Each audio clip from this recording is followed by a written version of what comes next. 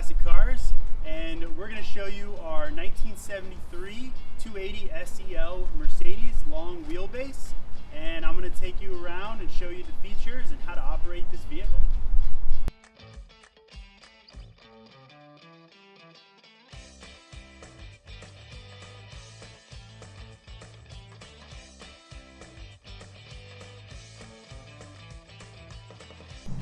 Alright, so to open the trunk, you're going to push this button, and then you kind of have to use two hands to lift here. Nice big trunk, and then just close it like that. Then when you're at the gas station you need to fill up, you're actually going to go behind the license plate. And that's where you unscrew the cap. Make sure not to lose this.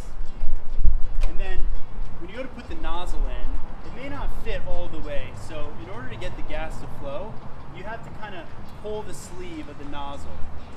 Put it in. One of the cool features of this car was very early power locks that are vacuum operated. So with one key, you turn it to lock it, and it locks all four doors and the trunk. Now, if you are able to rent this car, make sure at some point you have someone else drive you around in the back seat, because that's the best place in this car. On this side we have the turn signal and windshield wiper switch. Here you have your headlights. 2 clicks to the right puts them on. Straight up and down is the off position.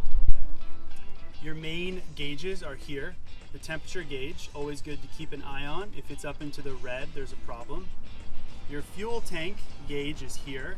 Please try not to go below the 1/4 mark.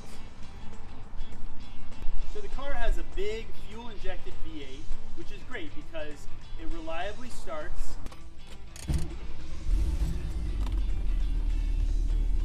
Sometimes you may just have to give it a little gas.